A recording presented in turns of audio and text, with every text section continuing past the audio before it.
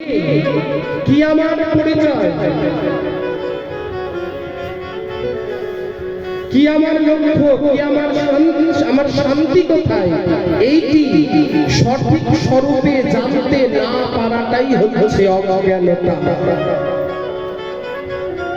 ভাগবতে এখানে আমরা যে অজ্ঞানতাটি বলছি, আমরা যে অজ্ঞানতাই ভুগছি, যেই মূর্খামিতে ভুগছি, এই অজ্ঞানতা হচ্ছে নিজেকে জানতে না পারা।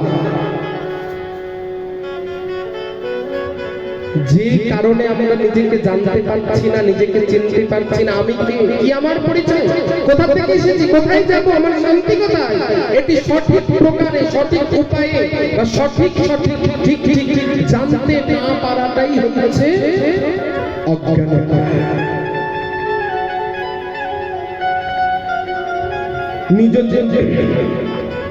সেই নিজের যে পরিচয়টি জানতে না পারা।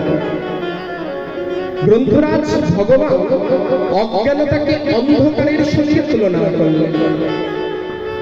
অন্ধকার মানে অজ্ঞানতা, অজ্ঞানতা মানে অন্ধকার। তিমির মানে কি গো? অন্ধকার। ঘোর কলি ঘোর তিমির জরাসর সাগর ধর্ম করম জ্ঞান। এই কলিযুগে যে অজ্ঞানতা নেমে এসেছে, এই কলিযুগে যে অন্ধকার নেমে এসেছে, সেই অন্ধকারে ধর্ম কর্ম সব হরি বল হরি। এই হচ্ছে অজ্ঞানতা। অজ্ঞানতাকে গ্রন্থ অন্ধকারের সাথে তুলনা করলেন। অজ্ঞান তিমির মানে অন্ধকার, অজ্ঞান তিমির অন্ধস্য। আচ্ছা, সেই অন্ধকার, এই অজ্ঞানতা বা অন্ধকারকে আমরা কি নিজ চেষ্টায় দূর করতে পারবো? প্রথমেই বলে রাখি, কোনোদিন সম্ভব না। নিজ চেষ্টা এটি কোনোদিন হবে না। অজ্ঞানতা অন্ধকারের সঙ্গে আমরা যদি কেউ অস্ত্র, হাসুয়া, দাওবটি, তরোয়ার, বোম, গুলি, বন্দুক, হাতি ইত্যাদি নিয়ে যদি যুদ্ধ করি, অন্ধকারকে দূর করতে পারবো? অজ্ঞানতাকে দূর করতে পারবো? অন্ধকারের সঙ্গে বোম, গুলিবাজি নিয়ে অন্ধকারকে দূর করা যাবে? বন্দুক নিয়ে, বোম নিয়ে কোনোদিন যাবে না।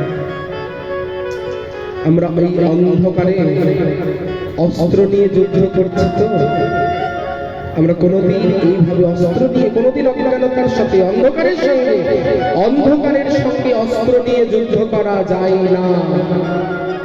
বললেন তোমাকে অস্ত্র নিয়ে যুদ্ধ করতে হবে না। অন্ধকার যদি দূর করতে হয়, অজ্ঞানতা যদি দূর করতে হয়, তোমাকে একটা ছোট্ট প্রদীপ জ্বালিয়ে দিতে হবে। তুমি একটা তেল আর সলতে দিয়ে একটা ছোট ছোট প্রদীপ জ্বালিয়ে দাও, দেখো শত সহস্র বছরের অন্ধকার সঙ্গে সঙ্গে দূর